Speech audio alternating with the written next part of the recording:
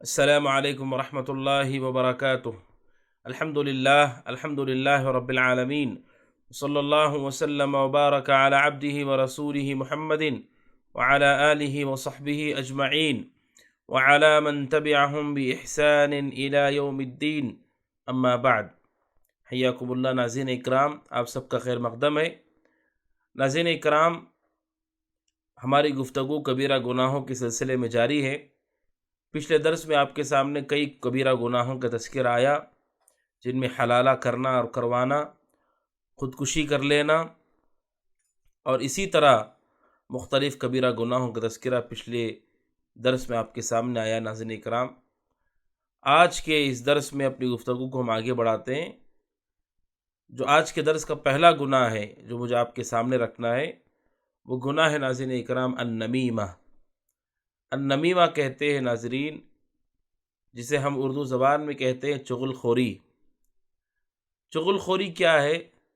چغل خوری یہ ہے ناظرین اکرام کہ کوئی آدمی کسی کی بات کو دوسرے کے سامنے رکھے، دوسرے تک منتقل کر دے، تاکہ ان دونوں کے درمیان بگاڑ پیدا ہو، ان دونوں کے درمیان اختلاف پیدا ہو۔ بات کو ایک جگہ سے دوسری جگہ تک پہنچا دینا، اسے کہا جاتا ہے چغل خوری، اور یہ کبیرہ گناہوں میں سے ہے۔ صحیح مسلم حدیث نمبر 168، حضرت حذیفہ رضی اللہ تعالیٰ عنہ کہتے ہیں کہ میں نے رسول اکرم صلی اللہ علیہ وسلم کو کہتے ہوئے سنا، لا يدخل الجنت نمام، پیارے رسول نے کہا چغل خور جنت میں داخل نہیں ہوگا، وہ جو کسی کی بات دوسرے تک منتقل کرتا ہے۔ کیوں؟ کیونکہ ناظرین اکرام، ایک گناہ تو یہ ہے جو انسان کرتا ہے، کسی کی پیٹھ پیچھے غیبت کرتا ہے، یہ گناہ ہو گیا۔ اب اسے سننے والا شخص وہاں سے لے جائے اور جس کی غیبت کی ہے اس کے سامنے وہ رکھ دیتا ہے، تو ابھی تو اس نے غیبت کر کے ایک گناہ کیا تھا۔ جب منتقل ہو جاتی ہے بات تو ان دونوں کے درمیان اختلاف اور بغض و عداوت شروع ہو جاتی ہے، اور دونوں کے درمیان اختلاف ہو جاتا ہے۔ وہ کہتا ہے کیا میرے بارے میں ایسا کہا انہوں نے، اب میں اسے نہیں چھوڑوں گا۔ تو یہ جو شخص درمیان میں تھا وہ سبب بنا، اسی کو چغل خور اور نمام کہا پیارے رسول نے، کیونکہ یہ وہ شخص ہے جو حسد کے، بغض کے، دشمنیوں کے بیج کو بوتا ہے، گفتگو کو یہاں سے وہاں نقل کر کے، اسے نمام کہا گیا حدیث میں۔ ایک اور حدیث ہے صحیح بخاری حدیث نمبر 6056، حضرت حذیفہ کے بارے میں کہتے ہیں حمام کہ ہم ان کے ساتھ بیٹھے ہوئے تھے رضی اللہ عنہ، ان سے کہا گیا ایک آدمی ہے جو یہاں کی بات وہاں پہنچاتا ہے، حضرت عثمان تک یہ بات پہنچاتا ہے، ان تک بات کو نقل کرتا ہے۔ تو حضرت حذیفہ نے کہا رضی اللہ عنہ، رسول اکرم صلی اللہ علیہ وسلم کو میں نے کہتے ہوئے سنا، لا يدخل الجنت قطات، قطات جنت میں نہیں جائے گا، چغل خور جنت میں نہیں جائے گا۔ لیکن قطات اور نمام میں فرق ہے۔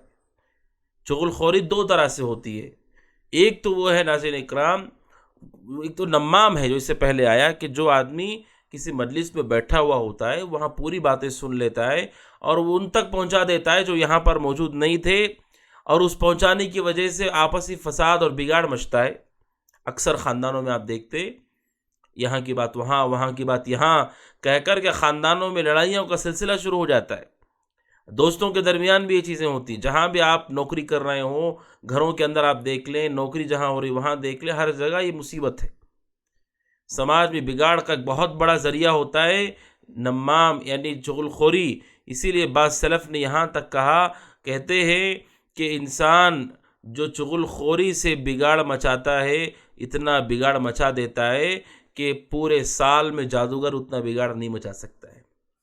جو لمحے بھر کے اندر چغل خور مچا دیتا ہے، پورا پورا خاندان ٹوٹ جاتا ہے، سگے بھائی بہن، بیوی شوہر کا رشتہ، ماں باپ اور اولاد کا رشتہ ٹوٹ جاتا ہے جب چغل خوری ہوتی ہے۔ یہ بہت خطرناک جرم ہے، بہت بڑا جرم ہے۔ یہ ایک شکل میں نے بتائی نمام، اور دوسرا رسول نے حدیث میں استعمال کیا چغل خوری کے لیے، وہ قطات۔ قطات کا مطلب کیا ہے؟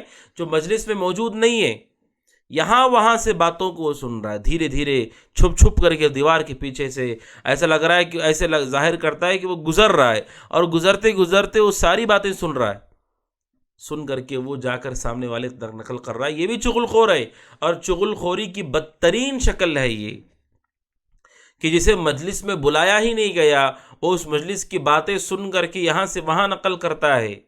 اچھا اب دیکھیے، ناظرین اکرام، آپ سب اپنی زندگیوں میں دیکھتے ہیں ایسے بھی افراد ہوتے ہیں کہ جو کان لگا کر دیوار سے باتیں سنا کرتے ہیں، گزرتے ہوئے لوگوں کی باتیں سنتے ہیں اور وہ یہاں سے وہاں منتقل کرتے ہیں۔ مجلس امانت ہوتی ہے، جس جگہ آپ بیٹھے، جن لوگوں کے ساتھ بیٹھے، وہ امانت ہے۔ اس مجلس کی بات اسی مجلس میں رہے۔ کوئی اللہ کے رسول نے ایک روایت میں فرمایا کہ کوئی آدمی اگر کوئی بات آپ سے بیان کرتا ہے اور ادھر ادھر دیکھتا ہے، اس کا مطلب وہ چاہتا ہے کہ وہ محفوظ رہے۔ اسے نقل کرنے سے بہت بڑا فساد، بہت بڑا بگاڑ واقع ہو جاتا ہے۔ اور صحیح بخاری کی وہ حدیث جو اس سے پہلے درس میں آئی، بخاری کی حدیث 6055، پیار رسول ابن عباس کہتے ہیں رضی اللہ تعالیٰ عنہما، مدینہ کے اندر آپ 2 قبروں کے پاس سے گزرے تو آپ نے کہا ان قبروں کے اندر جو انسان ہیں انہیں عذاب ہو رہا ہے۔ اللہ کے نبی نے ان کی آواز کو اپنے کانوں سے سنا۔ آپ نے 2 لوگوں کا تذکرہ کیا، جو ایک کا تذکرہ گزر چکا، ایک آدمی وہ جو پیشاب کرتے قطروں سے نہیں بچتا تھا، دوسرا آدمی کا گناہ کیا تھا؟ آپ نے کہا وَأَمَّا الْآخَرُ، دوسرا آدمی کا گناہ یہ ہے یمشی بالنمیمہ، کہ وہ چغل خوری کرنے والا شخص تھا، یہاں کی بات وہاں منتقل کرنے والا شخص تھا۔ اسی ناظرین اکرام، شریعت نے اسے بہت ناپسند کیا ہے، کیونکہ یہ تفرقے اور اختلاف کا ذریعہ اور سبب ہے۔ بسا اوقات چھوٹے بچوں میں عادت ہوتی ہے کہ وہ غور کرتے ہیں چیزوں کو اور پھر وہ نقل کرتے ہیں۔ بسا اوقات بیوی شوہر کے درمیان اولاد بھی سبب بن جاتی ہے، بسا اوقات جدائی کے لیے، تفریق کے لیے، کہ بچے بات یہاں سے وہاں نقل کرتے ہیں۔ اور امام ذہبی رحمۃ اللہ علیہ نے بڑی پیاری بات بیان کی ہے۔ وہ کہتے ہیں کہ کوئی بھی آدمی آپ کے پاس کسی کے بارے میں خبر لے کر کے آئے تو 6 چیزیں ہمیں کرنا چاہیے۔ 6 چیزیں کیجیے۔ کوئی بھی آدمی آپ کے پاس آئے اور کہے فلاں آپ کے بارے میں ایسا کہہ رہے، غلط بات کہہ رہے تھے، سب سے پہلے آپ اس کی بات مت مانیے۔ کیوں؟ کیونکہ وہ جھوٹا ہے، کیونکہ وہ شخص فاسق ہے، کیونکہ وہ آدمی نافرمان ہے اللہ کا، اس کی خبر مت مانیے آپ، پہلی چیز۔ دوسری چیز کہتے ہیں اس کی خبر ماننے کے بجائے آپ اسے نصیحت کیجیے اور کہیے دوبارہ ایسے آ کے نہ کہو مجھ سے، دوسروں کی باتیں منتقل نہ کرو۔ کہہ رہے ہوں گے اپنے گھروں میں، اپنے کام کی جگہوں پر کہہ رہے ہوں گے، آپ مجھے کیوں کہہ رہے ہو؟ وہ چیزیں ہم تک کیوں منتقل کر رہے ہو؟ یہ چغل خوری ہے، تم اپنے آپ کو بچاؤ جہنم کی آگ سے۔ نصیحت کرنا چاہیے سامنے والے کو، نہیں سننا چاہیے اس کی بات۔ دوسرا کہا نصیحت کرنا چاہیے، اور تیسرا کہا ایبغضہ فی اللہ، اس آدمی کو ناپسند کرنا چاہیے کہ یہ آدمی چغل خور ہے۔ جو آدمی خبریں لے کر کے آئے یہاں وہاں کی اور بیان کرے، نقل کرے لوگوں کی خبریں، امام ذہبی کہتے ہیں آپ ناپسند کیجئے اسے اللہ کی رضا کے لیے، کیونکہ وہ اللہ کے نزدیک بھی ناپسند ہے، ناپسندیدہ ہے، اور اللہ سبحانہ و تعالیٰ جن کو ناپسند کرتا ہے ہمیں بھی انہیں ناپسند کرنا چاہیے۔ اس کے گناہ کی مقدار کے مطابق ہمیں اسے ناپسند کرنا چاہیے کہ چغل خور انسان نہیں، مکمل اس سے محبت نہیں ہونی چاہیے۔ یہ ہمیں معلوم ہونا چاہیے کہ یہ ناپسندیدہ کام کرتا ہے اگر اس کام میں وہ لگا ہوا ہے۔ چوتھا کہا جن کے بارے میں ہمیں بتایا جا رہا ہے ان سے بدگمانی نہیں کرنا چاہیے۔ ہمارا تذکرہ کیا انہوں نے، کیوں کیا، کس پس منظر میں کیا، کیسے کیا، ہم وہاں موجود نہیں، وہ تو غیب ہے ہمارے لیے، ہم نہیں جانتے کیا ہوا ہے۔ لہٰذا بدگمانی جلدی مت کیجیے ان کے بارے میں۔ بدگمانی کرنے کے بارے میں سورہ حجرات آیت نمبر 12 میں اللہ سبحانہ وتعالیٰ کہتا ہے اجتنبوا کثیرا من الظن، اے لوگوں بہت زیادہ بدگمان ہونے سے بچو، ان بعض الظن اثم، بعض بدگمانیاں گناہ ہیں۔ گناہ کرو گے اگر تم بدگمانی کرو گے۔ اللہ کے بندے نے اچھا تذکرہ کیا ہوگا، یہ چغل خور اسے برا بنا کے پیش کر رہا ہے، وہ کسی اور طریقے سے کر رہا ہوگا، یہ کسی اور طریقے سے نقل کر رہا ہے۔ دیکھیے بسا اوقات جملے ایسے ہوتے ہیں ناظرین اکرام، اسے انسان کیسے ادا کر رہا ہے اس کے اوپر اس کا معاملہ ہوتا ہے۔ جیسے مثال کے طور پر کوئی کہے کہ میں نہیں چھوڑوں گا ان کو، اگر اس سے پہلے یہ تذکرہ ہو رہا ہو کہ اگر وہ میرے شہر میں آئیں اور میرے گھر آئے بغیر چلے گئے تو میں نہیں چھوڑوں گا، میں انہیں لے کر کے اپنے گھر ضرور آؤں گا، ان کی مہمان نوازی کروں گا۔ اگر پس منظر میں بات چل رہی ہے مار پیٹ کی تو وہ گویا کہ کہہ رہا ہے کہ میں اسے نہیں چھوڑوں گا، اسے سزا دے کر رہوں گا میں۔ جملہ ایک ہی ہے، لیکن بات پس منظر میں کیا ہو رہی ہے اس سے ہوتا ہے۔ اب چغل خور کس جگہ سے ان لے کر کے آ رہا ہے ہمیں کوئی اس کی خبر نہیں۔ ناظرین اکرام، امام ذہبی کہتے چوتھی بات جن کے بارے میں ہمیں بتایا جا رہا ہے کہ انہوں نے ایسا کیا ویسا کیا، آپ کے بارے میں یہ کہا، ان سے بدگمان مت ہو جائیے۔ نمبر 5، اس کی بات سن کر جاسوسی مت کیجیے. اگر جاسوسی کی تو گویا کہ آپ نے اس کی تقلید کی، اور اس نے جو فتنہ کرنا تھا اس فتنے میں آپ نے پورا ساتھ دیا اس کا. کوئی بھی خبر ہمیں آ کر کے دے، خبر سننے کے بعد آپ اس کی جاسوسی مت کیجیے. ولا تجسسوا، قرآن کہتا ہے جاسوسی نہ کرو، کسی کے عیبوں کے پیچھے نہ پڑو. اس نے آ کے بتایا، چھوڑ دیجیے اس معاملے کو، اس کے بعد ان کے پیچھے مت جائیے. آخری چیز امام ذہبی کہتے ہیں کہ وہ خود بھی جس چیز کی چغل خوری کی گئی ہے وہ چغل خوری دوسروں تک نقل نہ کرے. کسی نے آ کے بتایا فلاں آپ کے بارے میں بات کہہ رہے تھے، اب یہ سننے والا آدمی پھر کسی اور کو بول رہا ہے کہ فلاں میرے بارے میں ایسا کہہ رہے ہیں، تو یہ بھی چغل خوری کیا، اور آپ نے چغل خوری کو باہر دوسری جگہ بھی نقل کر دیا، پھر آپ نے وہی کام کیا. تو 6 چیزوں سے امام ذہبی کہتے ہیں چغل خوری کے باب میں بچنا چاہیے.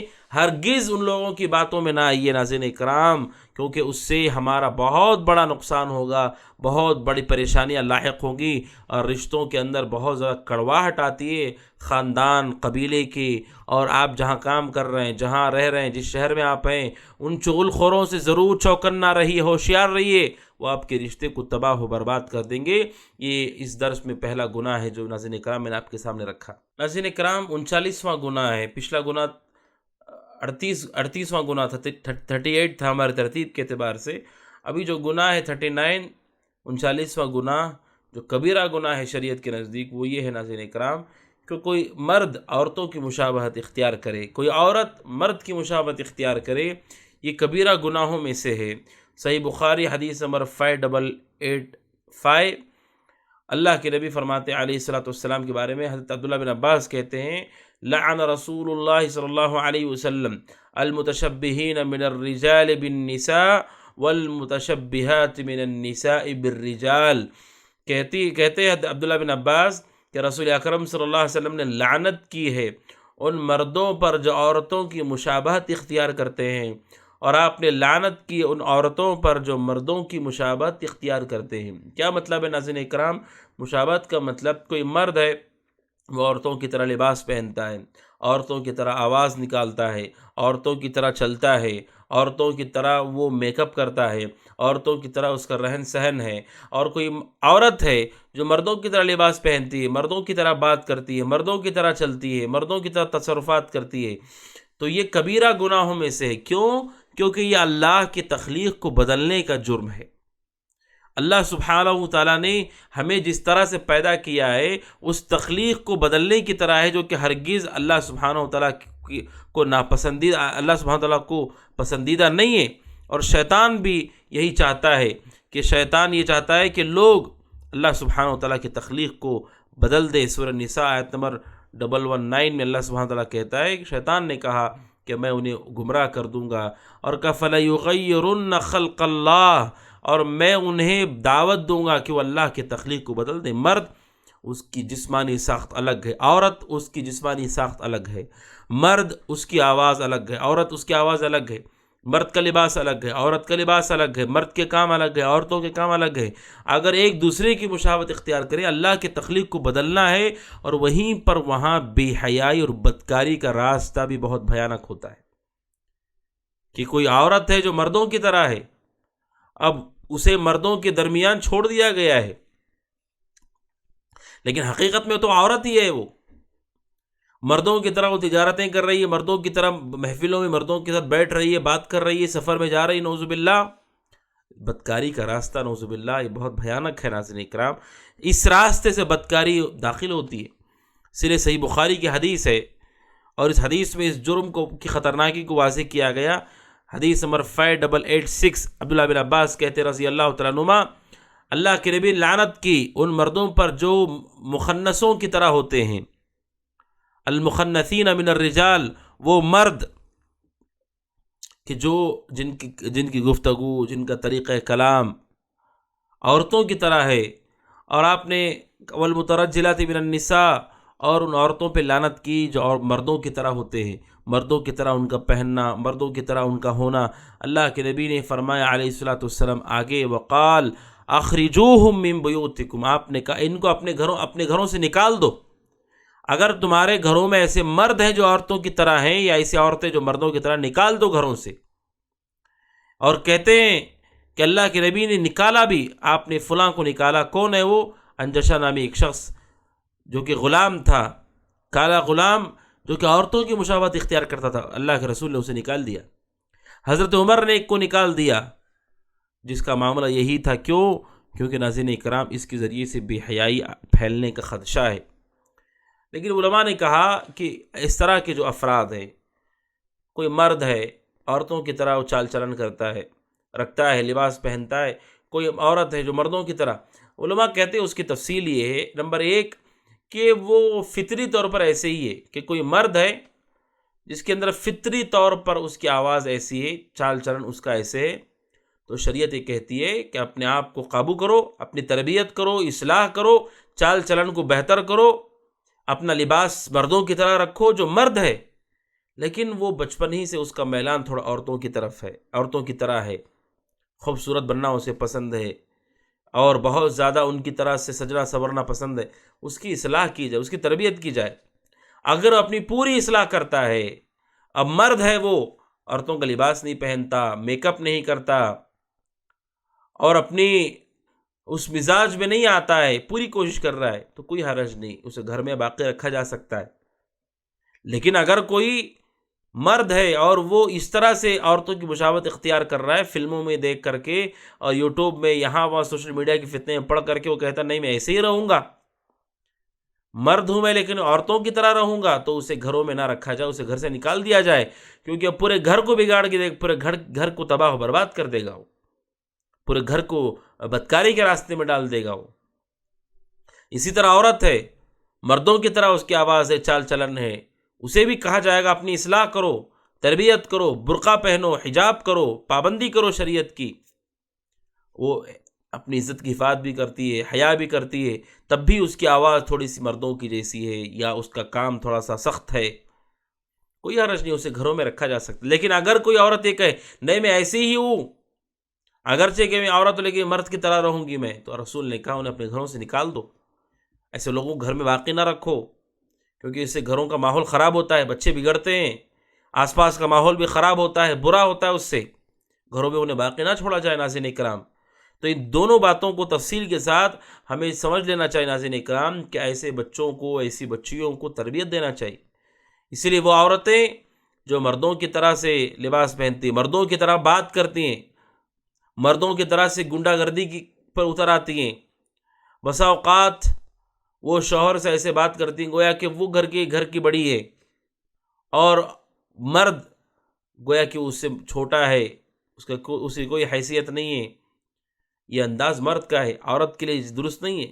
اسی طرح کوئی مرد ہے وہ عورت کی طرح ہو جائے، عورت کی طرح وہ آواز نکالتا ہے، عورت کی طرح وہ رہتا ہے، عورت کی طرح لباس پہنتا ہے، خوبصورتی اور میک اپ کرتا ہے، تو یہ ناظرین کام درست نہیں ہے۔ مرد کو چاہیے کہ وہ ذمہ دار ہے گھر کا، وہ اس قیومیت کو باقی رکھے، برقرار رکھے۔ عورت کو چاہیے کہ اپنی حیا کو برقرار رکھے، باقی رکھے۔ ایسی عورت ہی سب سے اچھی عورت ہوتی ہے جس کے اندر حیا ہو، جس کے اندر اللہ سبحانہ و تعالیٰ کے دین کی پابندی ہو۔ آپ دیکھیے اللہ سبحانہ و تعالیٰ نے حضرت موسیٰ علیہ السلام کے بارے میں نقل کیا۔ حضرت موسیٰ علیہ السلام جب گئے مدین کو، وہاں پر حضرت موسیٰ علیہ السلام نے دو لڑکیوں کی مدد کی تھی، عورتوں کی مدد کی تھی۔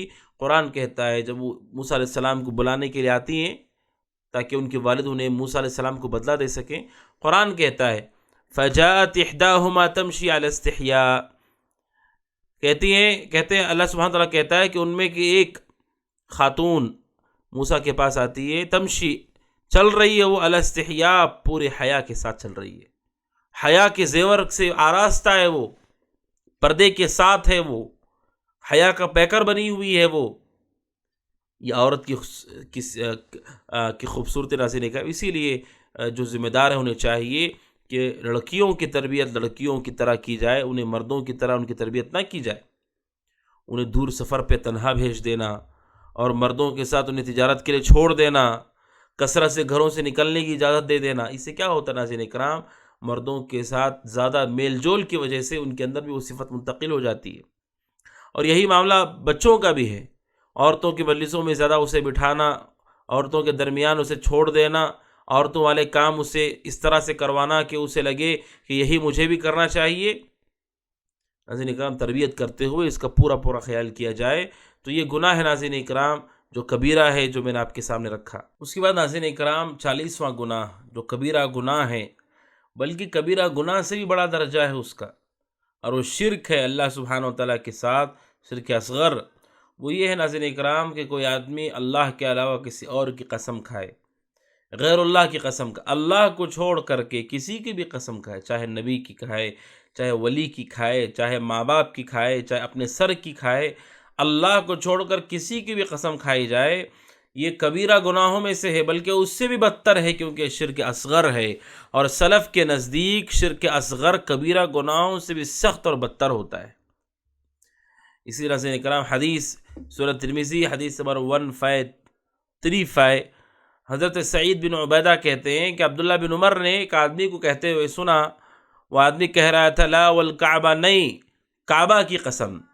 تو عبداللہ بن عمر نے اس آدمی کو کہا لا یحلف بغیر اللہ، کہ اللہ کے علاوہ کسی کی قسم نہیں کھائی جا سکتی ہے، کیونکہ میں نے رسول کو یہ کہتے ہوئے سنا ہے من حلف بغیر اللہ فقد کفر او اشرک، جس نے اللہ کو چھوڑ کر غیر اللہ کی قسم کھائی اس نے اللہ کے ساتھ کفر کیا یا اللہ کے ساتھ شرک کیا۔ یہ روایت اس شیخ البانی رحمہ اللہ نے صحیح الجامع حدیث نمبر 6207 نقل کیا ہے، اس میں کہ اللہ کے نبی نے کہا کہ یہ کفر اور شرک ہے، کفر اکبر نہیں ہے، کفر اصغر ہے، شرک اکبر نہیں، شرک اصغر ہے یہ، کیونکہ قسم کھائی جاتی ہے اس میں تعظیم ہے، ہم جس کی قسم کھا رہے ہیں اس کی تعظیم کی وجہ سے سامنے والا اس بات کو مان لیتا ہے۔ میں آپ کو کوئی بات بتاؤں، آپ اسے نہیں مان رہے، نہیں جلدی قبول نہیں کر رہے، میں کہتا ہوں اللہ کی قسم یہ ایسے ہی ہے، تو اللہ کی نام کی عظمت کی وجہ سے آپ اس بات کو مان لیتے ہیں۔ یہ تعظیم صرف اللہ کے لیے ہونا چاہیے، کہ جس کا نام سن کر کے آپ بات کو سچ مان لیتے ہیں، یہ صرف اللہ کے لیے ہونا چاہیے، کسی اور کے لیے نہیں ہونا چاہیے۔ اسی لیے ایک اور روایت ہے ناظرین اکرام جو ابو داؤد ہی کی ہے، ابو داؤد کی روایت ہے، 3253 حدیث ہے، پیارے رسول نے فرمایا علیہ الصلوۃ والسلام من حلف بالامانہ فلیس منا، آپ نے کہا جو امانت کی قسم کھاتا ہے وہ بھی ہمیں سے نہیں، چاہے انسانوں کی کھائے، چاہے جاندار کی کھائے، یا کسی بھی چیز کی، آپ نے امانت کی قسم، کچھ لوگ کہتے ہیں اس چیز کی قسم، سر کی قسم، آپ نے کہا امانت کی بھی قسم کھائے تو وہ ہم میں سے نہیں۔ اور بخاری کی وہ مشہور حدیث ہے، حدیث نمبر 6647، حضرت عمر رضی اللہ عنہ کہتے ہیں کہ رسول اکرم صلی اللہ علیہ وسلم نے کہا ان اللہ ینہاکم ان تحلفوا بآبائکم، اے لوگوں بے شک اللہ تمہیں منع کرتا ہے کہ تم اپنے باپ داداؤں کی قسم کھاؤ، اللہ تمہیں منع کرتا ہے۔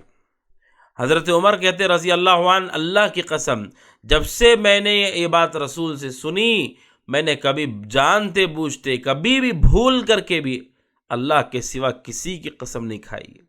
کیوں؟ کیونکہ ناظرین کرام یہ شرک ہے، شرک اصغر ہے، کبیرہ گناہ ہے، یہ بہت بڑا گناہ ہے، لہٰذا جب بھی قسم کھائے مومن تو صرف اللہ کی قسم کھائے اور اللہ تبارک و تعالیٰ کے علاوہ کسی کی قسم نہ کھائے۔ آج ہمارے سماج میں آپ دیکھیے ماں کی قسم، ابا کی قسم، فلاں کی قسم، رسول کی قسم، نبی کی قسم، کوئی اپنے سر کی بھی قسم کھاتا ہے، یہ صرف اللہ سبحانہ و تعالیٰ کے لیے خاص ہے۔ ناظرین کرام جب بھی قسم کھاؤ اللہ سبحانہ و تعالیٰ کی کھائیے، اور اس قسم کو صحیح معنوں میں، جس قسم میں اللہ تبارک و تعالیٰ کا نام لیا جاتا ہے اس قسم سے بات بڑی تاکید کی ہو جاتی ہے، اور عادت نہیں بنانا چاہیے اس کی کہ ہر بات پر قسم کھا رہا ہے، سچی بات پر بھی، جھوٹی بات پر بھی نہیں، اللہ کی تعظیم کیجیے۔ رسول اکرم صلی اللہ علیہ وسلم قسم کھاتے تھے، آپ حدیثوں میں سنتے ہیں اس ذات کی قسم جس کے ہاتھ میں میری جان ہے، اللہ کے نبی بڑی عظیم بات بیان کرتے تھے، بڑی اہم تعلیم دیتے تھے۔ تو بڑے اہم مواقع ہیں، اہم بات کے لیے آپ اللہ کی قسم کھائیے، اس بات کے اندر طاقت ہوگی، وزن ہوگا۔ جو لوگ اللہ کی قسم کھانے کی عادت ڈال ہر بات پہ جھوٹی قسم بھی کھاتے ہیں، سچی قسم بھی کھاتے ہیں، ہوتے ہوتے ایسا ہو جاتا ہے کہ لوگوں کو اللہ کا نام سن کر کے بھی وہ اس کی بات کو ماننے کے لیے تیار نہیں ہوتے. تو گویا کہ اس آدمی نے اللہ تبارک و تعالیٰ کی جو تعظیم کرنی چاہیے تھی تعظیم نہیں کی، اور سامنے والوں کو اس درجے میں لا کے کھڑا کر دیا کہ وہ اللہ کا نام سن کے بھی اس کی بات کو نہیں مان رہا ہے. اس ناظرین اکرام، اس کبیرہ گناہ سے ہمیشہ اجتناب کرنا چاہیے. جب بھی قسم کھائیے اللہ کی قسم کھائیے، اور جہاں ضرورت ہو وہاں اللہ کی قسم کھائیے، اور اس کے علاوہ کبھی غیر اللہ کی قسم مت کھائیے. ناظرین اکرام، یہ 40واں کبیرہ گناہ ہے جو میں نے آپ کے سامنے رکھا. 41واں کبیرہ گناہ ہے ناظرین اکرام 41، جو کہ شریعت کے نزدیک بڑا مبغوض اور ناپسندیدہ ہے. وہ گناہ ہے ناظرین اکرام جس کا تعلق صرف عورتوں سے ہے، کہ کوئی عورت اپنے گھر سے خوشبو لگا کر کے نکلتی ہے. یہ شریعت کے نزدیک کبیرہ گناہوں میں سے ہے، اور یہ بہت بڑا گناہ ہے. اللہ کے نبی علیہ السلام نے سخت وعید بیان کی ہے اس گناہ کے لیے. ابن حبان حدیث نمبر 4424 اور سنن نسائی 5126 حدیث ہے.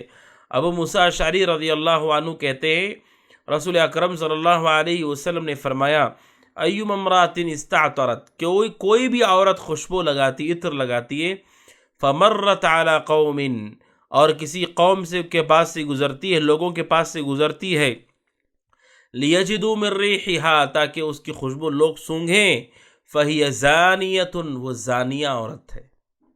فہی زانیۃ، آپ نے کہا وہ زانیہ عورت ہے. وکل عین زانیہ، اور ہر وہ آنکھ جس نے اسے شہوت کے ساتھ دیکھا وہ آنکھ بھی زناکار ہے. ناظرین اکرام، اب غور کیجئے کتنی سخت وعید پیر رسول نے سنائی کہ آپ نے کہا کہ وہ زانیہ عورت ہے. نعوذ باللہ. اللہ کے نبی علیہ السلام کا یہ کہنا دلالت کرتا ہے کہ یہ بہت برا ہے، بہت قبیح ہے. کوئی عورت نیت نہ بھی کرے تب بھی وہی نقصان ہوگا نیت کرنے کا، کرنے پہ جو نقصان ہوگا، کیونکہ خوشبو انسان کو مائل کرتی ہے. ناظرین اکرام، خوشبو کی خوبی یہ ہوتی ہے کہ جب انسان خوشبو سونگھتا ہے تو وہ مدہوش ہو کر کے جہاں سے وہ آ رہی ہے خوشبو، اس کی طرف خود بخود وہ مائل ہونے لگتا ہے. ویسے عورت کو مرد کے فتنے سے، مرد کو عورت کے فتنے سے روکا گیا ہے. اب یہ خوشبو اس فتنے کو بھڑکانے والی ہے کہ کوئی مردوں کی جماعت بیٹھی ہو، خوشبو کے ساتھ عورت وہاں سے گزر جائے تو جو گروہ بیٹھا ہے وہاں وہ سب اس کی طرف متوجہ ہوں گے. ان کا متوجہ ہو کر کے اسے دیکھنا بھی ناجائز ہے. اسی لیے اللہ کے نبی نے آگے کہا جو بھی اس عورت کو دیکھتے ہیں شہوت کے ساتھ، وہ آنکھ زنا کر رہی ہے، وہ بھی گنہگار ہیں. لیکن یہ عورت کیا گنہگار نہیں؟ آپ نے اسے زانیہ کہا ہے کیونکہ اس کا عمل زنا کی طرف لے جانے والا ہے. اور زنا ناظرین اکرام دو طرح سے، ایک زنا تو وہ جس میں انسان بے حیائی کر لیتا ہے، اور ایک وہ زنا جو انسان اپنے اعضاء سے کرتا ہے. آنکھوں کا زنا ہے کہ کوئی آدمی عورت کو شہوت سے دیکھے، منہ کا زنا ہے کسی غیر محرم سے وہ گفتگو کرے جو کہ اس کے لیے حرام ہے. ہاتھوں کا زنا ہے چھونا، پیروں کا زنا ہے قدم میں اس گناہ کی طرف چل کر کے جانا. اور پھر انسان اپنی عزت کو نیلام کر کے بڑا گناہ کرتا ہے، کبیرہ گناہ کرتا ہے، زنا کرتا ہے. زنا صرف وہ نہیں ہے جو ہم سمجھتے ہیں، بلکہ ہاتھوں سے بھی زنا ہوتا ہے، قدم سے بھی زنا ہوتا ہے، منہ سے بھی زنا ہوتا ہے، آنکھوں سے زنا ہوتا ہے، ہماری انگلیوں سے بھی زنا ہوتا ہے. ناظرین اکرام، یہ جو خط انسان لکھتا ہے کسی غیر محرم کو، یا سوشل میڈیا پر جو ٹائپنگ وہ کرتا ہے اپنی انگلیوں سے، اپنے انگلیوں کو حرکت دے کر، یہ انگلیوں کا زنا ہے جو اس کے لیے حرام ہے، جو اس کے لیے غیر محرم ہے. پیر رسول نے صاف لفظوں میں کہا کہ وہ زانیہ عورت ہے. آنکھوں کا زنا ہوگا، ہاتھوں کا زنا ہوگا، یا اللہ نہ کرے ایسا بھی ممکن ہے کہ وہ حقیقی زنا کے اندر بھی پڑ سکتی ہے. اسی لیے سختی کے ساتھ پیر رسول نے اسے منع کیا. بلکہ صحیح مسلم کی روایت ہے، زینب کہتی ہیں رضی اللہ تعالیٰ عنہ، جو کہ عبداللہ بن مسعود کی بیوی ہیں رضی اللہ عنہ، کہتی ہیں ہم سے رسول نے کہا، زینب کہتی ہیں ہم سے رسول نے کہا، اذا شہدت احداکن المسجد، تم میں سے کوئی عورت مسجد کو آتی ہے، فلا تمس طیبا، تو کسی خوشبو کو ہاتھ نہ لگائے، بغیر خوشبو لگائے کہ مسجد کو آئے. اب علماء کہتے ہیں کہ جب مسجد میں جہاں عبادت ہوتی ہے، مرد الگ عورتیں الگ، جب وہاں رسول نے خوشبو لگانے سے منع کیا ہے تو آپ سوچئے اس خوشبو کو لگا کر کے کیا بازار میں جانا جائز ہے، شادیوں میں جانا جائز ہے، محفلوں میں جانا جائز ہے، سفر کرنا جائز ہے؟ جب مسجد کے اندر جہاں چار دیواری کے اندر بھی مرد الگ ہیں، عورتیں الگ ہیں، وہاں خوشبو جائز نہیں ہے، تو کھلے عام برملا عورت کا خوشبو لگا کے جانا کتنا برا، کتنا معیوب ہے. ناظرین اکرام، اس لیے چونکہ یہ بدکاری کا راستہ ہے، لہٰذا اسے شریعت اسلامیہ نے واضح طور پر منع کر دیا۔ ایک اور روایت ہے ناظرین کرام اس حوالے سے، جس میں اس گناہ کی سنگینی پتہ چلتی ہے۔ رسول اکرم صلی اللہ علیہ وسلم کے صحابی رسول ہے ابو ہریرہ رضی اللہ عنہ، ابو داؤد نے اس حدیث کو روایت کیا ہے 4174، کہتے ہیں حضرت ابو ہریرہ رضی اللہ عنہ کی ملاقات ایک خاتون سے ان کی گفتگو ہوئی۔ وہ خاتون مسجد سے آ رہی تھی اور خوشبو آ رہی تھی۔ ابو ہریرہ نے کہا کہ کیا تم نے خوشبو لگائی ہے؟ تو اس خاتون نے کہا ہاں میں نے خوشبو لگائی ہے۔ تو حضرت ابو ہریرہ نے کہا انی سمعت حبی ابو القاسم، میں نے میرے محبوب ابو القاسم، رسول کی کنیت ہے ابو القاسم، رسول اللہ صلی اللہ علیہ وسلم کو کہتے ہوئے سنا لا تقبل صلاة لامرأۃ، اس عورت کی نماز قبول نہیں ہوتی ہے جو مسجد آتے ہوئے خوشبو لگا کر آتی ہے، یہاں تک کہ واپس جائے اور ایسے غسل کرے جیسے جنابت کا غسل ہوتا ہے۔ یعنی اس حدیث میں بتانا مقصد یہ ہے کہ اتنا برا ہے کہ اسے جا کر کے اچھی طرح اسے دھل کر کے نکالنا ہوگا، اس وقت تک اللہ تبارک و تعالیٰ اس سے قبول نہیں کرے گا اسے عبادت کو، کہ اس مسجد میں آئے اور اس فتنے کے ساتھ وہ آ رہی ہے۔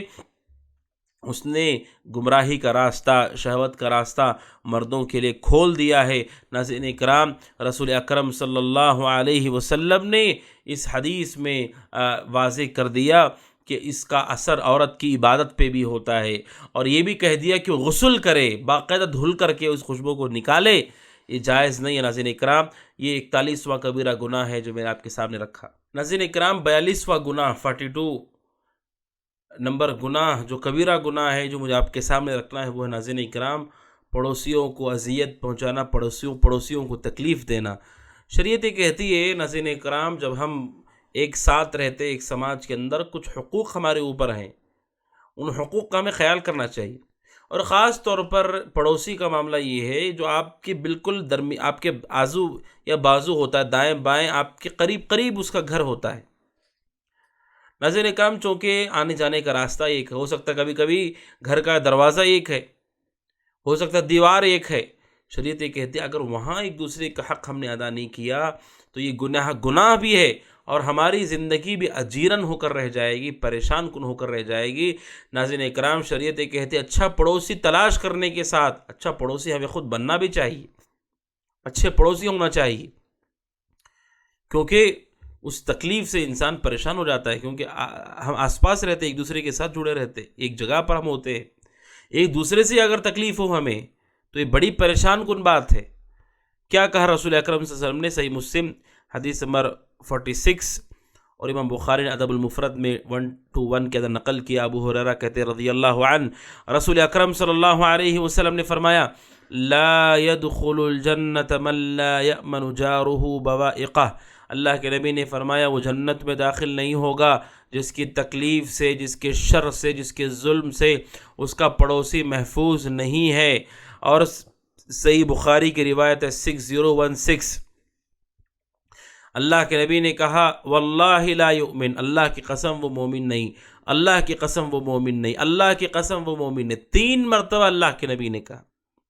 صحابہ نے کہا اللہ کے نبی وہ کون ہے جو مومن نہیں ہے؟ اللہ کے نبی نے کہا وہ شخص لا یأمن جارہ بوائقہ، جس کے ظلم سے، تکلیف سے، پریشانی سے اس کا پڑوسی محفوظ نہیں رہا ہے، وہ مومن نہیں ہو سکتا۔ پچھلی حدیث میں پیار رسول نے کہا وہ جنت میں نہیں جائے گا، اور بخاری کی اس حدیث میں آپ نے 3 مرتبہ کہا کہ وہ مومن نہیں ہے، وہ مومن نہیں ہے۔ ناظرین کرام، کیونکہ یہ بہت بڑا گناہ ہے، بہت خطرناک گناہ ہے، بڑی پریشانی ہے۔ ناظرین کرام، آپ دیکھ رہے ہیں ہمارے سماج میں کتنے جھگڑے، لڑائیاں، آپس میں قتل و غارت گری تک بات چلی جاتی ہے پڑوسیوں کی آپس میں پریشانی کی وجہ سے۔ پڑوسی اچھا نہیں، ہم اچھے نہیں، اس کے گھر کے سامنے کچرا ڈال دینا، اس کے سامان کو نقصان پہنچانا، اس کا سامان بغیر اجازت کے اٹھا لینا، اپنے گھر کے اندر زور سے میوزک اور موسیقی بجانا، ناچ گانے کرنا، اور لوگوں کے سونے کا وقت ہے وہ ویسے بھی میوزک سننا جائز نہیں، اور اسے زوردار طریقے سے کرنا، راستہ بند کر دینا، بغیر کسی مجبوری اور ضرورت کے راستہ بند کر دینا، گندے پانی کے راستے کو پڑوسی کے گھر کی طرف چھوڑ دینا، اور اس کے گھر کے سامنے سواریاں کھڑی کر دینا، اس کے آنے جانے کے راستے کو تنگ کر دینا، چیخ و پکار کر کے جان بوجھ کر اس کا خیال نہ کرتے ہوئے اذیت پہنچانا، اس کی بہت ساری شکلیں ہیں ناظرین کرام. یہ جائز نہیں ہے کہ پڑوسی پر ظلم کیا جائے، نہ جسمانی طور پر، نہ زبانی طور پر، نہ ہمارے عمل سے ہم تکلیف دیں. گالی گلوچ کرنا، اس کے ساتھ جھگڑا کرنا، شریعت کہتی ہے دونوں کے پاس برداشت ہونا چاہیے، دونوں ایک دوسرے کا خیال کریں، دونوں ایک دوسرے کا احترام کریں. وہ بھی ایک قدم پیچھے ہٹ جائے، ہم بھی ایک قدم پیچھے ہٹ جائیں، وہ بھی تھوڑا نقصان برداشت کر لیں، ہم بھی تھوڑا نقصان برداشت کر لیں. ایک ساتھ ہم کو رہنا ہے، ایک جگہ ہم کو رہنا ہے. کیونکہ ناظرین اکرام اگر جھگڑا شروع ہو گیا تو سمجھ لیجئے کہ گھروں کے اندر سکون نہیں رہے گا، اطمینان نہیں رہے گا. بچے یہیں آس پاس کھیل رہے ہیں، کھیلنے کی وہ جگہ نہیں ہے، جگہ تنگ ہے، اور اس کے ذریعے سے آس پاس لوگوں کو پریشانی ہو رہی ہے.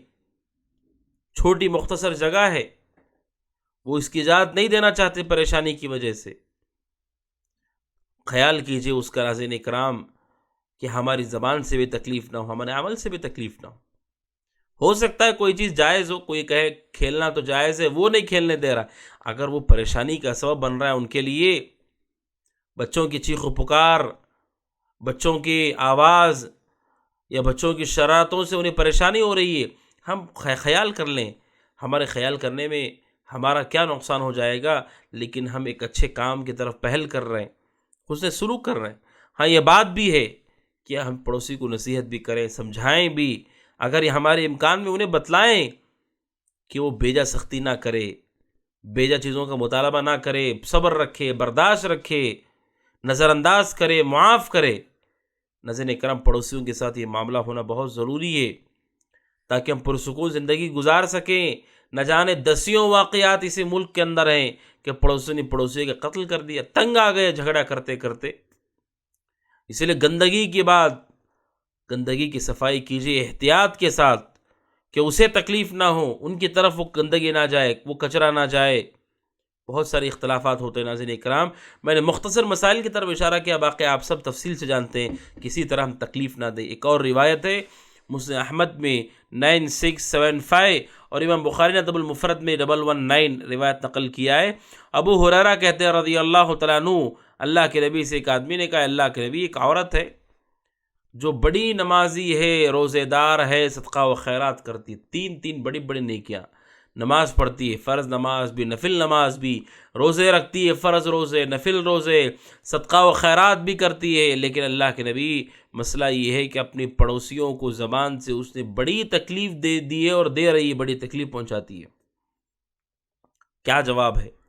رسول نے کہا ناظرین اکرام، ہی فی النار، یہ عورت جہنمی عورت ہے، جہنم میں جائے گی جب مرے گی. تو ایک طرف نماز، ایک طرف روزہ، ایک طرف صدقہ و خیرات، لیکن جہنم میں جائے گی وہ عورت، کیونکہ یہ کبیرہ گناہ ہے، بڑا گناہ ہے. یہ اتنی نمازیں پڑھنے کے بعد بھی اتنی دینداری نہیں آئی کہ پڑوسیوں کو تکلیف نہیں دینا چاہیے، گالیاں نہیں دینا چاہیے، نہیں الجھنا چاہیے، مسائل کو حل کرنا چاہیے، مل بیٹھ کر سمجھداری کے ساتھ مسئلے کو حل کرنا چاہیے.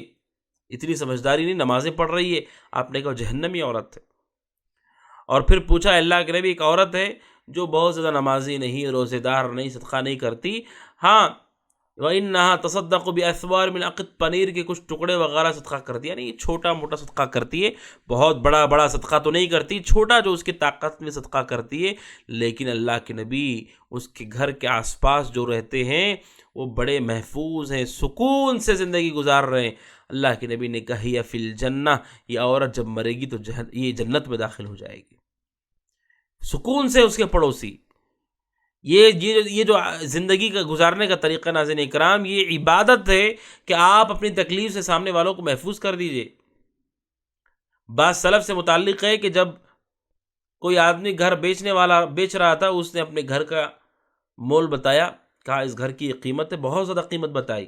خریدنے والے نے کہا اتنی قیمت تو نہیں ہے اس علاقے کے اندر گھر کی.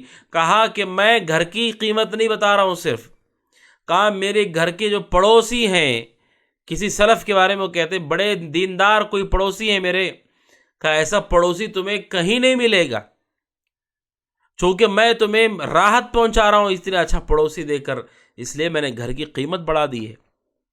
سبحان اللہ ناظرین اکرام، ایسا پڑوسی انسان کو ہونا چاہیے کہ وہ سمجھدار ہو. ان کے بسا اوقات ناظرین اکرام حالات ایسے ہوتے حالات ایسے ہوتے ہیں، کبھی کوئی کام ایسا ہو جاتا ہے جو مجبوراً ہوتا ہے، پڑوسی اسے برداشت کرے. کبھی کوئی دعوت ہو رہی ہے، کبھی کوئی فنکشن ہو رہا ہے، کبھی رشتہ دار آ گئے گھر میں ان کے، کبھی غلطی سے پانی آ گیا، کبھی غلطی سے کوئی چیز گر گئی، کبھی غلطی سے کوئی مسئلہ ہو گیا، معاف کیجیے، نظر انداز کیجیے، ایک ساتھ ہمیں رہنا ہے. تو ناظرین اکرام، یہ کبیرہ گناہوں میں سے رسول اکرم صلی اللہ علیہ وسلم نے اسے بیان کیا. ایک اور روایت ہے صحیح بخاری، امام بخاری رحمہ اللہ نے ادب المفرد میں اسے نقل کیا ہے 125، اور اسی طرح امام ابو داؤد نے حدیث میں نقل کیا اپنی کتاب میں 5153. ابو جحیفہ کہتے ہیں ایک آدمی رسول کے پاس آیا اور اپنے پڑوسی کی شکایت کی. اللہ کے نبی نے کہا احمل متاعک، آپ نے کہا اپنا سامان اٹھاؤ، اپنا سامان اٹھاؤ، فضعه علی الطریق، راستے میں رکھ دو، اپنے گھر کا سامان راستے پہ رکھ دو. فمن مر به یلعنه، جو بھی وہاں سے گزرے گا وہ لعنت کر کے گزرے گا اس پہ. تو اس نے ایسے ہی کیا، گئے اپنے گھر کا سامان راستے پر رکھ دیا. فجعل كل من مر به یلعنه، جو بھی وہاں سے گزرتا پوچھتا کیوں سامان رکھا، کا پڑوسی سے تنگ آ گیا ہوں میں، تو وہ لعنت کرتے اس پڑوسی پہ. فجاء الى النبی، اور اللہ کے نبی کے پاس وہ آئے، کہا ما لقیت من الناس، کہ جو چیز انہوں نے پائی لوگوں سے. اللہ کے نبی نے کہا ان لعنت اللہ فوق لعنتہم، آپ نے کہا یہ تو لوگوں کی لعنت ہے، اللہ کی لعنت تو ان کے اوپر ہے. جتنا لوگوں نے لعنت کی اس سے بڑھ کر کے اللہ تبارک و تعالیٰ کی طرف سے اس کے لیے پھٹکار ہے. ثم قال للذی شکا، اور پھر جسے شکایت کی آپ نے اس سے کہا یہ کافی ہے تمہارے لیے. اللہ کے نبی علیہ الصلوۃ والسلام نے یہ بتایا ناظرین کرام کہ اللہ تبارک و تعالیٰ کی طرف سے پھٹکار کا سبب ہے. اس لیے کبھی بھی مسلمان کو اپنے پڑوسی کو تکلیف نہیں دینا چاہیے. اور علماء کہتے ہیں پڑوسی 3 طرح کے ہوتے ہیں. ایک مسلمان رشتہ دار پڑوسی، اس کے 3 حق ہیں. ایک مسلمان ہے، اسلام کا حق ہے، مسلمان بھائی آپ کا. دوسرا رشتہ دار ہے، رشتہ داری کا حق ہے. اور تیسرا ہے کہ وہ آپ کا پڑوسی ہے. اس لیے تینوں حق آپ کو ادا کرنا چاہیے. افسوس کی بات ہے رشتہ دار ہو گیا تو اب بھی بڑی پریشانی، بڑی تکلیف ہے. جبکہ 3 حق کا خیال کیجئے، وہ مسلمان ہے، آپ کا رشتہ دار ہے، اور پڑوسی بھی ہے. 3 حق ہیں اس کے، تینوں کو ادا کیجئے. اگر کوئی عام مسلمان ہے تو 2 حق ہیں، ایک مسلمان ہے، دوسرا پڑوسی ہے. اور تیسرا اگر کوئی غیر مسلم ہے، پڑوسی ہے، اس کا حق ادا کیجیے. عبداللہ بن عمر رضی اللہ عنہما کے بارے میں کہ جب بھی ان کے گھر میں کوئی سالن پکتا تو ان کا ایک یہودی پڑوسی ہوا کرتا تھا. عبداللہ بن عمر کہتے کہ اس کو جا کے پہلے سالن دے دو. پڑوسیوں کو ہدیہ دینا چاہیے. ناظرین اکرام، پڑوسی کو ہدیہ دینے سے آپسی رشتے مضبوط ہوتے ہیں، گہرے ہوتے ہیں، دشمنیاں ختم ہوتی ہیں، بہت سارے فوائد ہوتے ہیں. پڑوسیوں کے حسن سلوک کیجئے، اس کا 2 فائدہ ہے. ایک تو اجر و ثواب بھی ہے، دوسرا آپ کا گھر کا ماحول بھی پرامن رہے گا. ناظرین اکرام، یہ بڑا گناہ ہے جس کے بارے میں نے آپ کے سامنے رکھا. ناظرین اکرام، 43واں جو گناہ ہے، جو کبیرہ گناہ ہے جو مجھے آپ کے سامنے رکھنا ہے، وہ ہے ناظرین اکرام جس کا تعلق خواتین سے ہے. وہ گناہ ہے ناظرین اکرام کہ خاتون اپنے گھر سے بے پردہ ہو کر کے نکلتی ہے. یہ بڑے گناہوں میں سے ناظرین اکرام کہ کوئی عورت بے پردہ ہو کر گھر سے نکلے. یہ گھر کے اندر ہی ہو، گھر کی محفل میں ہو، لیکن وہ اپنی خوبصورتی کو، اپنے جسم کو غیر محرم کے سامنے ظاہر کر رہی ہے. ناظرین اکرام، یہ تبرج ہے، یہ جائز نہیں ہے. شریعت اسلامیہ نے اس کی بڑی سخت وعید بیان کی ہے. ایک روایت ناظرین اکرام جو اس سے پہلے حدیث کا ایک ٹکڑا آپ کے سامنے آیا تھا، مکمل حدیث ہے ناظرین اکرام، صحیح مسلم حدیث نمبر 2128. ابو ہریرہ کہتے ہیں رضی اللہ تعالیٰ عنہ، اللہ کے نبی نے فرمایا علیہ الصلوۃ والسلام، صنفان من اہل النار لم ارہم، آپ نے کہا جہنمیوں کی 2 قسمیں ہیں جن کو میں نے اپنی زندگی میں نہیں دیکھا ہے. اس میں آپ نے پہلی قسم کا ذکر کیا جو ظالم ہے ان کا. پھر دوسری قسم جس کا تعلق عورتوں سے ہے، پیار رسول نے کہا وَنِسَاءٌ، آپ نے کہا ایسی عورتیں کاسیات عاریات جو کپڑے پہن کر کے بھی ننگی برہنہ ہوں گی، ممیلات مائلات، دوسروں کی طرف، مردوں کی طرف مائل ہونے والی، اپنی طرف انہیں مائل کرنے والی، رؤوسہن کاسنمۃ البخت، ان کے سر اونٹ کے کوہانوں کی طرح ہوں گے۔ لا يدخلن الجنہ، یہ عورتیں جنت میں نہیں جائیں گی۔ ولا یجدن ریحھا، اور اللہ انہیں جنت کی خوشبو بھی سونگنے نہیں دے گا۔ وَإِنَّ رِيحَهَا لَيُوجَدُ مِن مَّسِيرَةِ كَذَا وَكَذَا، آپ نے کہا جنت کی جو خوشبو ہے وہ بہت دور سے آتی ہے، مگر اللہ تبارک و تعالیٰ ان عورتوں کو وہ خوشبو بھی سونگنے نہیں دے گا۔ ناظرین اکرام، کیوں؟ کیونکہ بے پردگی، یہ تبرج، یہ شریعت کے نزدیک جائز نہیں ہے۔ اللہ کے نبی نے کیا کہا؟ لباس پہن کے پر کر کے بھی وہ برہنہ ہوں گی، کا مطلب یہ ہے اتنا پتلا اور باریک لباس، کوئی حجاب نہیں، کوئی پردہ نہیں، اتنا باریک لباس ہے کہ جسم کی پوری ساخت معلوم پڑ رہی ہے، ان کی جسم، ان کا موٹاپا، ان کا دبلا پن، ان کا جسم کے اعضاء ظاہر معلوم پڑ رہے ہیں۔ یا کپڑے پہن کے بھی ننگے ہونے کا مطلب یہ ہے اتنے تنگ کپڑے پہنے ہیں کہ اتنے جسم کے اعضاء کو ظاہر کر رہا ہے اور اسے حجم معلوم پڑ رہا ہے، یا ایسے چھوٹے چھوٹے کپڑے کہ کچھ حصہ تو چھپا ہوا ہے اور برائے نام وہ کپڑا ہے لیکن اس کے باوجود وہ برہنہ ہے، بے لباس ہے۔ اللہ کے نبی نے کہا یہ جہنمی عورتیں ہیں، اللہ تبارک و تعالیٰ نے انہیں جنت میں داخل کرے گا، نہ جنت کی خوشبو اللہ تبارک و تعالیٰ انہیں سونگنے کے لیے دے گا۔ اللہ کے نبی نے ان کے اوپر لعنت کی ہے۔ ایک اور روایت مسند احمد کی ہے، حدیث نمبر 7083، عبداللہ بن عمر کی روایت، رسول اکرم صلی اللہ علیہ وسلم نے فرمایا وَنِسَاؤُهُمْ كَاسِيَاتٌ عَارِيَاتٌ، آپ نے کہا ان کی عورتیں لباس پہننے والی برہنہ ہوں گی، ان کے سر اونٹ کی کوہان کے مانند ہوں گے۔ اللہ کے نبی نے فرمایا فَإِنَّهُنَّ مَلْعُونَاتٌ، کیونکہ بے شک وہ لعنت زدہ عورتیں ہیں، ان پر اللہ کی پھٹکار ہے۔ ناظرین اکرام، اس بے پردگی کے فتنے سے بچنے کی ضرورت ہے کہ آج افسوس کے ساتھ کہنا پڑتا ہے کہ مسلمان عورتیں، مسلم عورتیں اپنے حجاب اور اپنے حیا سے باہر نکل کر کے، بے پردہ ہو کر کے مردوں کے سامنے گھومتی ہیں، پھرتی ہیں، کھاتی ہیں، پیتی ہیں، کوئی حیا اس میں نہیں محسوس کرتی، اور ایسا لگنے لگتا ہے کہ یہ جدید دور ہے، نیا دور ہے۔ دور کوئی بھی ہو ناظرین اکرام، احکام وہی ہیں، جنت میں جانے کا راستہ وہی ہے جو رسول نے بتا دیا ہے علیہ الصلاۃ والسلام۔ یہ بے پردگی، یہ بے حیائی، یہ بہت بری بلا ہے، حتیٰ کہ آج سوشل میڈیا کے اس فتنے میں خواتین بھی پڑ چکی ہیں۔ وہ صرف اپنے گھروں میں، شادی حالوں میں، اپنے گھروں کے مجلسوں میں نہیں، بلکہ اپنی بے لباسی کو اور اپنی برہنگی کو وہ سوشل میڈیا پہ بھی ڈال رہی ہیں، اس پر بھی اسے نشر کر رہی ہیں، گاتے ہوئے، ناچتے ہوئے، اپنے جسم کی نمائش کرتے ہوئے۔ افسوس اور صد افسوس ہے کہ آج حیا زیور نہیں ہے عورت کا، لباس پہننے کے بعد بھی وہ بے لباس ہو چکی ہیں۔ ناظرین اکرام، اس فتنے سے بچائیے اپنے آپ کو۔ عورت وہ ہو جو پردے دار ہو، با حیا ہو، عزت کی حفاظت کرنے والی ہو۔ صحابیات کو دیکھیں کہ جب وہ اللہ کے نبی علیہ الصلاۃ والسلام کی مسجد میں نماز کے لیے آتے، نماز فجر کے لیے، تب بھی چادروں سے لپٹ کر کے آتی تھیں، جبکہ اندھیرے میں نماز فجر ہوتی تھی۔ اتنی با حیا، اتنی با پردہ عورتیں ہوا کرتی تھی، عزتوں کی حفاظت کرنے والی۔ آج بے پردگی کو فیشن بنا دیا گیا ہے، اور آج ایسے فتنے میں لوگوں کو ڈال دیا گیا اور لوگوں کو کہا جا رہا ہے یہ آزادی ہے، آزادی ہے۔ جسم دکھا کر کیا آزادی ہے؟ جسم دکھانا کوئی آزادی ہے؟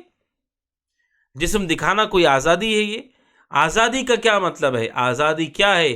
کہ کوئی ہمارے اوپر ظلم کر رہا ہے، اس سے ہم آزاد ہو گئے، اب کوئی ظالم نہیں رہا، غریبی میں تھے، فقر و فاقے میں تو اللہ تبارک و تعالیٰ نے اس سے نکال کر آزاد کر دیا، اب ہم کھا رہے ہیں، پی رہے ہیں۔ آزادی، شرک میں تھے، اللہ تبارک و تعالیٰ نے ہمیں اب توحید کی راہ دے دی، اب آزاد ہو گئے شرک سے، شیطان کے چنگل سے۔ یہ آزادی ہے۔ آزادی کے نام پر انہیں بتایا گیا اپنا لباس اتار دو، بے لباس ہو جاؤ، بے پردہ ہو جاؤ، یہ آزادی ہے۔ اور افسوس یہ کہ جب عورتیں خود ایسی ہیں تو پھر وہ اپنی بچیوں کی تربیت کیسے کریں گی؟ جو ماں خود بے حیا ہو کر، بے لباس ہو کر کے، میک اپ کے ساتھ خوشبو لگا کے باہر نکلتی ہو، اس کی بچیاں کیا سیکھیں گی؟ وہ کیا کریں گی؟ جب ماں خود سوشل میڈیا پر اپنی ویڈیوز، فوٹوز اپلوڈ کر رہی ہو جسے دنیا بھر کے لوگ دیکھ کر کے لذت محسوس کریں، نعوذ باللہ، وہ اپنی بچیوں کی تربیت کیا کرے گی؟ ناظرین کرام، لڑکیوں کی پرورش پردے پر ہونی چاہیے، حیا پر ہونی چاہیے، سوشل میڈیا کے اس فتنے سے دور، کیمرے کی اس آنکھ سے دور رکھ کر ان کی پرورش کرنی چاہیے ناظرین کرام، کیونکہ یہ عورتوں کی آزادی کے نام پر ان کی عزتوں سے کھلواڑ کر رہے ہیں، نوچ رہے ہیں ان کی عزتوں کو۔ یہ فتنہ، بے حیائی کا فتنہ ایسے نہیں اٹھا ہے، پوری سوچی سمجھی سازش کے تحت منظم طریقے سے عورتوں کے ذہنوں کو بدلا گیا، انہیں ورغلایا گیا، آزادی کے نام پر انہیں گھروں سے بے گھر کر کے سڑکوں پر، راستوں پر، چوراہوں پر اور یہاں وہاں دھکے کھانے کے لیے چھوڑ دیا گیا، اور اس کا فائدہ اٹھایا گیا، ان کی عزتوں کو نیلام کیا گیا۔ شریعت یہ کہتی ہے عورت گھر کے اندر گھر کی ملکہ ہے، وہ شوہر خدمت کرے گا، اس کی کمائے گا، وہ محنت کرے گا، دھوپ میں بارش میں کما کر لائے گا، اسے لباس بھی پہنائے گا، کھانا بھی دے گا، اور اس کا احترام بھی کرے گا اور اس کی حفاظت بھی کرے گا۔ سوچے عورت نے کتنا اچھا مقام دیا عورت کو، اور وہ لوگوں نے کہا آزادی عورت کے لیے بھی، آزاد ہے وہ۔ اب گھر سے نکل کر کے وہ جا رہی ہے اور جا کر کے یہ مردوں کے درمیان دھکے کھا رہی ہے اور ان کی باتیں سن رہی ہے، اور اس کی عزت پہ بھی حملہ ہو رہا ہے نعوذ باللہ، اور کہہ رہے ہیں آزادی ہے۔ ناظرین کرام، شریعت اسلامیہ کہتی ہے عورت گھر کی زینت ہے، عورت گھر میں ہے اور اپنے اولاد کی صحیح پرورش وہ کرے گی، حق ادا کرے گی، ذمہ داری۔ شریعت کہتی گھر سے نکلنا جائز ہے، ضرورت ہو، مجبوری ہو، کوئی راستہ نہ ہو ہمارے پاس تو جائز ہے، پردے کے ساتھ نکلے، حیا کے ساتھ نکلے، عزت کی حفاظت کرے، فتنوں سے چوکنا رہے، تب وہ نکل سکتی ہے۔ ورنہ اللہ کے نبی نے فرمایا ایسی عورتیں جو خود مائل ہوتی ہیں مردوں کی طرف، مرد انہیں پسند ہے، شوہر چھوڑ کر کے دوسرے مردوں کے پیچھے پڑی ہیں اور انہیں اپنی طرف مائل کر رہی ہیں، میک اپ کے ذریعے سے، خوبصورتی کے ذریعے سے، خوشبو کے ذریعے سے انہیں خود اپنی طرف ابھار رہی ہیں نعوذ باللہ۔ آپ نے کہا جہنمی عورت ہے، اور پیر رسول نے کہا میں نے انہیں نہیں دیکھا ہے، یعنی اللہ کے نبی یہ کہہ رہے ہیں میرے زمانے میں تو یہ لوگ نہیں ہیں، آنے والے زمانے میں آئیں گے، کیونکہ رسول کے زمانے میں تصور نہیں تھا کہ کیا عورت ایسی بھی ہو سکتی ہے کہ جن عورتوں نے اپنی عزت کی حفاظت کے لیے اپنی جانوں کا نذرانہ پیش کیا، آج وہی عورتیں اپنی مرضی سے اپنی عزت کو نیلام کر رہی ہیں، اس کا تصور بھی ان کے یہاں نہیں تھا۔ ناظرین اکرام، شریعت کہتی ہے، اللہ تبارک و تعالیٰ کا دین کہتا عورت کو با پردہ ہونا چاہیے، پردے میں ہونا چاہیے، عزت و آبرو کی حفاظت کرنا چاہیے، اور اس کی جو خوبصورتی وہ اپنے شوہر کے لیے رکھے، زیب و زینت اختیار کرے اپنے شوہر کے لیے، خوب سجتی ہے، خوب سنورتی ہے، خوب تیار ہوتی ہے، شوہر کے لیے تیار ہو، یہ اس کا حق ہے، اور اس کا فائدہ یہ ہے آپسی محبت بڑھے گی، رشتہ مضبوط ہوگا۔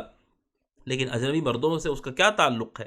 لہٰذا خواتین بھی بے پردگی کی اس فطرے سے بچیں، فلموں میں، ڈراموں میں، اور اس طرح سے شیطان کی اس آواز کے پیچھے وہ نہ جائیں کہ یہ آزادی نہیں ہے، شیطان کی چال ہے، وہ گناہوں کا دلدل ہے، وہ جس میں عورتیں اپنی عزتوں کو نیلام کرتی ہیں۔ اور آج بھی آپ دیکھیے وہ مرد جو عورتوں کے پیچھے پڑا رہتا ہے، اس کو بھی کہا جائے نکاح کرنے کے لیے کس سے نکاح کرنا چاہو گے، وہ کہتا ہے ایسی عورت ہو جو بھولی بھالی ہو، سیدھی سادی ہو، گھر کے اندر رہتی ہو، با پردہ رہتی ہو، یعنی وہ خود جو عورتوں کے پیچھے، اسے بھی معلوم ہے کہ عزت دار عورت کسے کہتے ہیں، اچھی عورت کسے کہتے ہیں۔ اچھی عورت کی عزت اسی حجاب میں، اسی پردے میں، اسی حیا کے اندر ہے۔ تو ناظرین اکرام، خواتین کو چاہیے کہ وہ اس بڑے گناہ سے، تبرج سے، بے پردگی، تنگ لباس، آدھا لباس، اور اسی طرح پتلا لباس اور بے پردہ ہو کر گھروں سے نکلنے، غیر محرموں کے سامنے آنے سے اجتناب کرے۔ 44واں گناہ، 44 نمبر پر جو گناہ مجھے آپ کے سامنے رکھنا ناظرین اکرام، جو کبیرہ گناہوں میں سے ہے، وہ ہے ناظرین اکرام کہ اللہ کے بندوں کو اذیت دینا، اللہ کے بندوں کو تکلیف پہنچانا، انہیں گالیاں دینا، ان پر ظلم کرنا، انہیں پریشان کرنا۔ ناظرین اکرام، یہ کبیرہ گناہوں میں سے ہے۔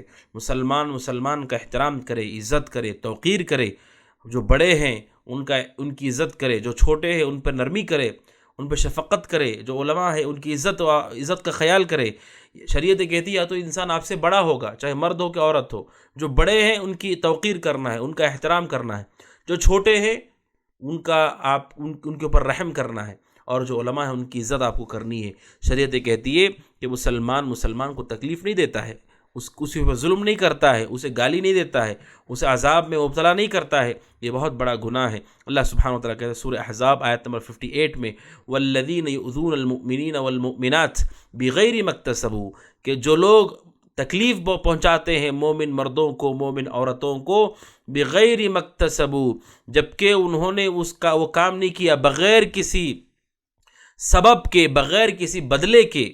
کچھ کیا ہے اس کی سزا مل رہی ہے، کچھ نہیں کیا ہے بغیر مکتسبو، ان کا کوئی جرم نہیں ہے، پھر بھی مومن مردوں کو، عورتوں کو جو شخص اذیت دیتا ہے، فقد احتملوا بہتانا واثما مبینا، انہوں نے بہتان اور کھلا گناہ اپنے اوپر اٹھا لیا ہے. کھلا گناہ اپنے اوپر وہ ڈھو رہے ہیں جو مسلمانوں کو بغیر کسی سبب کی تکلیف دیتے ہیں. اور ناظرین کرام، وہ حدیث کے انتہائی خطرناک ہے، جو انجام بتاتی ہے جو اللہ کے بندوں کو تکلیف دیتے ان کا کیا انجام ہوگا روز قیامت. صحیح مسلم حدیث نمبر 2581، ابو ہریرہ کہتے ہیں رضی اللہ تعالیٰ عنہ، رسول اکرم صلی اللہ علیہ وسلم نے فرمایا، اتدرون ما المفلس، آپ نے کہا مفلس کون ہے جانتے ہو؟ صحابہ سے آپ نے کہا مفلس کون ہے؟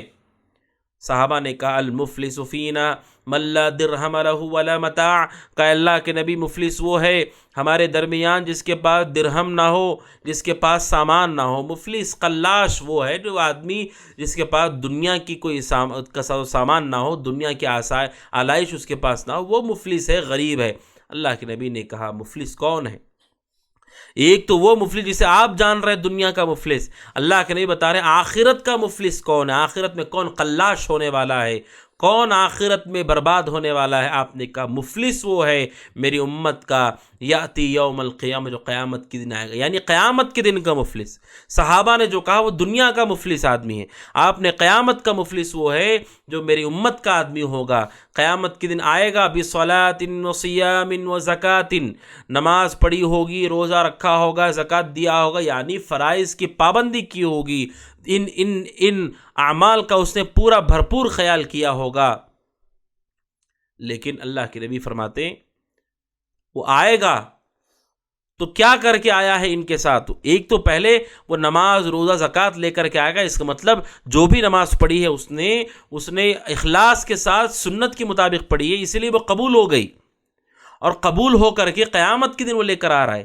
تو یہ حدیث ناظرین اکرام توحید پرستوں کے لیے اور وہ لوگ جو سنت پر چلتے ہیں ان کو تنبیہ کرتی ہے کہ آپ یہ نہ سوچئے کہ آپ محفوظ ہو گئے ہیں نقصان سے، نہیں. اس لیے کہ اللہ کے نبی کہتے ہیں نماز روزہ زکوٰۃ سب لے کر کے آئے گا، یعنی اس نے دنیا میں صحیح طریقے پر اخلاص کے ساتھ یہ سب کیا تھا، اسی لیے قبول بھی ہو گیا اور قیامت کے دن لے کر کے آئے گا. لیکن دوسرا کیا کم کر کے آیا ہوگا؟ یاتی وقد شتم ھذا وقذف ھذا واکل مال ھذا وسفک دم ھذا وضرب ھذا. آپ نے 5 عیبوں کا تذکرہ کیا. کیا کر کے آیا ہوگا؟ آپ نے کسی کو گالی دی ہے، کسی پہ الزام لگا دیا ہے، کسی کا مال کھا گیا ہے، کسی کا خون ناحق بہا دیا ہے، کسی پر ہاتھ اٹھایا ہے. ایک طرف نماز بھی لے کر آیا، روزہ بھی لے کر آیا، زکوٰۃ بھی لے کر آیا، یہ نیکیاں ہیں اس کی. گناہ کیا ہیں اس کے؟ کسی کو مارا ہے، کسی کو گالیاں دی ہیں، اور کسی کو پر الزام لگایا ہے، کسی کا خون بہایا ہے، کسی پر ہاتھ اٹھایا ہے. یعنی الزام لگا کر کے عزت کو نیلام کیا، تہمت لگا کر عزت کو نیلام کیا، گالیاں دی، اس کی گالیاں دے کر کے اسے تکلیف پہنچائی، اس کا مال کھا کر اس کے مال کا نقصان کیا، اس کو قتل کر کے اس کے خون کا نقصان کیا، یا اس پہ ہاتھ اٹھا کر کے اسے جسمانی تکلیف دی. یہ سب کر کے آئے گا. کیا ہوگا؟ اللہ کے نبی نے فرمایا حشر کی عدالت میں کیسا انصاف ہوگا، چونکہ قیامت کی جب اٹھیں گے ننگا لباس، بے لباس، برہنہ ہوں گے، ہم جسم پر کپڑے نہیں ہوں گے. کیا بدلہ ہوگا؟ اللہ کے نبی نے فرمایا علیہ الصلوۃ والسلام یہ جن لوگوں پہ ظلم کیا ہے وہ سب کھڑے ہو جائیں گے، کیونکہ قیامت کے دن برابر بدلہ ہونے والا ہے، حتیٰ کہ دینار و درہم بھی کیوں نہ ہو. اللہ کے نبی فرماتے یعطى هذا من حسناته وهذا من حسناته. اللہ کے نبی فرماتے اس نمازی کے نمازوں، روزوں اور زکوٰۃ، اس کی جو نیکیاں وہ اٹھا کر کے ان مظلوموں کو دے دی جائیں گی جن کو گالیاں دی تھی، جن کی غیبت کی تھی، جن کا مال کھا گیا تھا. ان لوگوں کو اس کی نیکیاں اٹھا کر کے دے دی جائیں گی، کیونکہ دنیا میں ان کا نقصان کیا تھا اور آخرت میں اسے نقصان اٹھانا ہے. یہ مفلس ہے کہ پہلے تو مال ہے، بعد میں مال چلا گیا. پہلے نیکی تھی، اب نیکیاں اٹھا کر کے تقسیم کر دی جائیں گی۔ پیر رسول نے کہا ایسا بھی ہوگا، ایسے بھی بدنصیب ہوں گے معزز ناظرین اکرام کہ پوری نیکیاں ان کی ختم ہو جائیں گی لیکن لوگ ختم نہیں ہوں گے۔ اتنے لوگوں کو اس نے تکلیف دی ہوگی، اتنے لوگوں کو گالیاں بکی ہوں گی، اتنے لوگوں پر ہاتھ اٹھایا ہوگا، اتنے لوگوں کا مال کھا چکا ہوگا کہ نیکیاں ختم ہو جائیں گی۔ نماز، روزہ، زکوٰۃ، جتنی نیکیاں لے کر آئے گا سب ختم ہو جائیں گی۔ اب کیا ہوگا؟ اب ہوگا اخذ من خطایاہم، اب نیکیاں دینے کے لیے نہیں ہے تو ان مظلوموں جو آئیں گے بدلہ لینے کے لیے، ان کے گناہ اٹھا کر کے اس آدمی کے اوپر ڈال دیا جائے گا۔ اور اس کے بعد کیا ہوگا؟ جب اس کے اوپر گناہ آ جائیں گے مظلوموں کے، ثم طرح فی النار، اللہ کے حکم سے جہنم میں اسے پھینک دیا جائے گا۔ ناظرین اکرام، یہ مفلس ہے، یہ وہ کبیرہ گناہ کرنے والا جس نے اللہ کے بندوں کو تکلیف دی، ان کی عزت پر، ان کی جان پر، ان کے مال پر ناحق طریقے سے ہاتھ ڈالا۔ اس کا نقصان یہ ہے، نیکیاں کر کے بھی انسان کی نیکیاں نہیں بچیں گی، قلاش ہو کر کے مفلس ہو جائے گا۔ شریعت کہتی ہے اس گناہ کو معمولی مت سمجھیے، اللہ کے بندوں کے حقوق دیجئے، حقوق آپ نہیں دے رہے، ظلم کبھی مت کیجئے، کسی پر ظلم مت کیجئے۔ اور اسی طرح توحید پرستوں کے لیے تنبیہ ہے، آپ نے توحید اختیار کی، سنت پہ عمل کر لیا، سنت کے مطابق عبادت کر لی، تو یہ مت سمجھیے کہ نیکیاں آپ کے محفوظ ہو گئی ہیں، لیکن نیکیوں سے فائدہ ہوگا کہ نہیں ہوگا اللہ بہتر جانے۔ کہیں ایسا تو نہ ہو کہ نیکیاں محفوظ لے کر کے آئے گا لیکن نیکیاں بڑھ جائیں گی لوگوں میں۔ اس جس طرح شرک سے بچتے ہیں، جس طرح کفر سے بچتے ہیں، ریاکاری سے بچتے، اسی طرح بندوں پہ ظلم کرنے سے بچو، اس سے بھی نیکیوں کا نقصان ہو جاتا ہے۔ ناظرین اکرام، یہ آخری گناہ ہے جو اس مجلس میں آپ کے سامنے ذکر کیا، وہ اللہ کے بندوں پہ ظلم کرنا ہے کسی بھی اعتبار سے۔ اللہ سبحانہ وتعالیٰ سے دعا کہ اللہ سبحانہ وتعالیٰ ہم سب کو ان بڑے بڑے گناہوں سے اور ہر چھوٹے بڑے گناہ سے بچنے کی توفیق عطا فرمائے، آمین۔ اگلی درس سے ملاقات ہوگی ناظرین کرام۔ ھذا وصلی اللہ وسلم علی نبینا محمد وعلی آلہ وصحبہ اجمعین۔ السلام علیکم ورحمۃ اللہ وبرکاتہ۔